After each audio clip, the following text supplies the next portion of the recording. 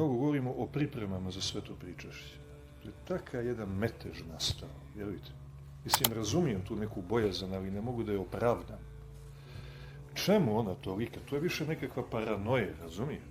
Što smo se toliko poplašili? Ili, što smo se toliko osilili? Ima i ta druga krajnost. Nemoguće je, vidite, to se životom tumači. Nemoj da me pitaš koliko puta, kad, da mi praviš nekakve nutricionističke tabele i rasporede. Pa da se posle pitamo, jeo sam masline, čini mi se na ulju, mogu li se pričestiti, ili spavao sam na lijevom boku, smijem li pristupiti, ili... Pazite, ima i pitanje, pričestio sam se juče, mogu li danas? Samo polako. Samo polako. A vješto i lukavo preskačemo liturgijski kriterijum. Ljubiš li ti mene? Ili ljubim li ja tebe? Ljubimo li jedni druge? To treba se vidi.